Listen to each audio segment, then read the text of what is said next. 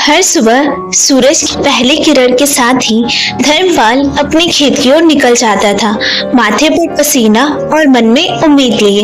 लेकिन हर शाम वो खाली हाथ थके कदमों से घर की ओर लौटता और वहां उसका इंतजार कर रही थी उसकी पत्नी सीमा, जो उसके लौटते ही कहती, रोज सुबह मेहनत करते हो, पसीना बहाते हो और फिर भी एक पैसा नहीं लाते। आखिर कब तक ऐसा चलेगा धर्मपाल?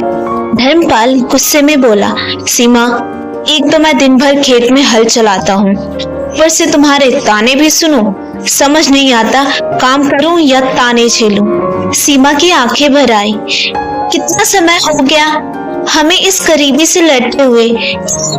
कभी बाकी किसानों की तरह खुशहाल जीवन जी पाएंगे? धर्मपाल का क्रोध पिघल गया। वो उसकी आंखों में झांक कर बोला, क्या करूं सीमा, किस्मत ही खराब है। जब भी लगता है कि इस बार फसल अच्छी होगी, कोई ना कोई आफत आ जाती है। और अब मैं उस सेठ हरिराम का कर्जदार भी बन गया हूँ। तुम्हारी जमीन ही अपशगुनी है, हरिराम अक्सर कहता है। लेकिन धर्मपाल को उम्मीद थी, एक दिन समय बदलेगा, बस थोड़ा इंतजार करना पड़ेगा।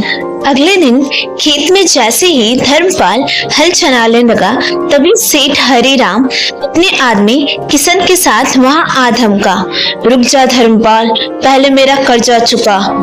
सेठ जी, फसल आने दीजिए, मैं कर्ज चुका दूंगा। धर्मपाल ने विनती की, अब और समय नहीं दूंगा।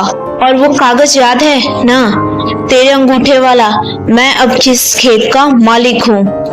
किशन ने धर्मपाल को धक्के देकर उसके अपने खेत से ही बाहर निकाल दिया।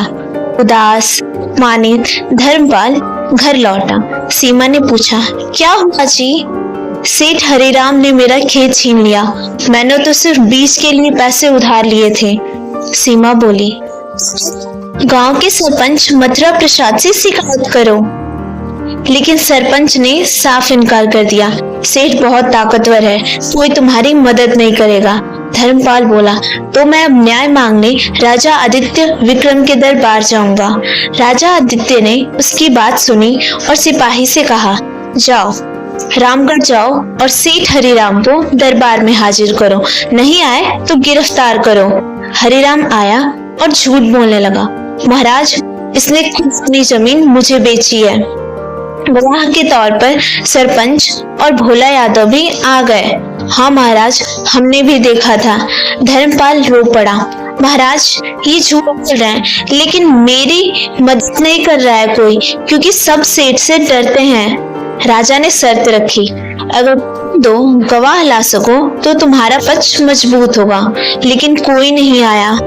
उदास धर्मपाल मजदूरी के लिए सूरजनगर की ओर पैदल ही निकल पड़ा। घर में बस एक रोटी बची थी। सीमा ने वही उसे दी और खुद भी भूखी रही। रास्ते में जंगल पड़ा। भूख से बेहाल धर्मपाल को एक तालाब दिखा। जैसे ही रोटी खाने बैठा, तालाब में हलचल हुई। एक राक्षस बाहर आया, मुझे मत खाओ, मैं तुमको कुछ अमूल्य दूंगा। राक्षस ने एक जादुई पक्षी दिया।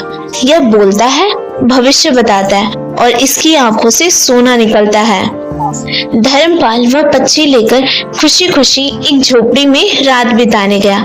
लेकिन रात में वहां का बूढ़ा नाथूराम उसके पक्षी को चुरा लेता है। सुबह जब धर्मपाल जागता है तो पक्षी गायब। वह फिर राक्षस के पास लौटता है और गुस्से में बोलता है, मुझे कोई ऐसी चीज दो जिससे मैं शक्तिशाली बनूं। इस बार राक्षस ने उसे एक जादुई परी दी। इससे तुम किसी को भी पत्थर बना सकते हो। धर्मपाल वापस गया और नाथूराम को पत्थर बनाने की धमकी दी। डरकर उसने पक्षी लौटा दिया। अब धर्मपाल फिर गांव लौटा। सीमा ने सब सुना और कहा, अगर यह पक्षी सच में जादुई है तो एक खजाना मांगो। धर्मपाल ने मांगा और सचमुच सोने का खजाना प्रकट हो गया। कुछ ही समय में धर्मपाल पूरे गांव का सबसे अमीर व्यक्ति बन गया। फिर एक दिन जादुई पक्षी ने भविष्य बताया, राजा वीरेंद्र अपनी सेना के साथ राज्य पर हमला करने वाला है। धर्मपाल ने राजा आदित्य को यह बात बताई और कहा, वीरेंद्र से मेरी मुलाकात करवा दो। राजा ने बात मानी। वीरेंद्र धर्मपाल से मिला लेकिन झुकने को तैयार नहीं हुआ। धर्मपाल ने कहा, राजा वीरेंद्र को पत्थर बना दो। वीरेंद्र डर गया और युद्ध छोड़कर भाग गया। इसके बाद धर्मपाल ने राजा से कहा, अब जमींदार, किशन, सरपंच और भोला को बुलवाइए और मेरे साथ हुए अन्याय पर उनसे सच उगलवाइए। वे सब आए और सच उगल दिया। हमने झूठी गवाही दी थी। सेठ हरिराम ने हम पे दबाव डाला था, इसीलिए हमने झूठ बोला था। राजा ने सभी को सजा दी और कहा, तुमने न्याय की जीत दिलाई है। धर्मपाल ने मुस्कुराकर कहा, अब मैं चाहता हूँ कि इस राज्य में अमीर और गरीब में कोई भेदभाव ना हो। इससे हमें क्या सीख मिलती है?